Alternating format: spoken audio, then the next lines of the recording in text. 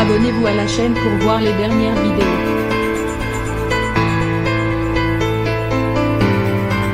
Mais où a bien pu passer Delphine Jubillard?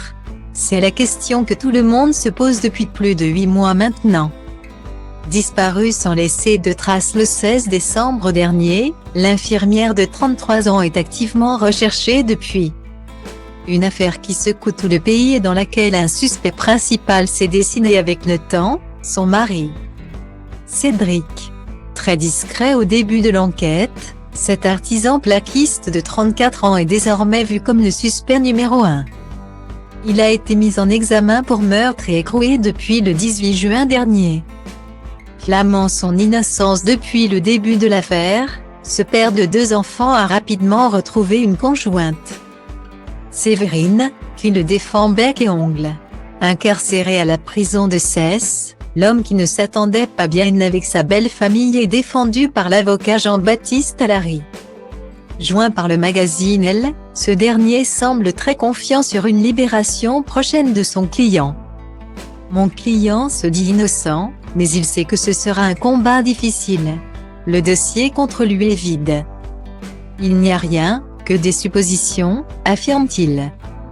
Pour l'avocat de Cédric Jubillard, cela ne fait aucun doute, il s'agit d'une enquête faite à charge contre son client. Il y a ici présomption de culpabilité, et c'est très grave. Le procès se fait dans l'opinion et non au tribunal. Déplore-t-il. Selon lui, la presse a plutôt tendance à voir la jeune maman de 33 ans comme une mère iconique. Tandis que celui qui est dépeint comme une personne au tempérament sanguin est vu comme un salaud. C'est terriblement manichéen, cela me fait penser au scénario d'une série américaine, renchérit Jean-Baptiste Allary.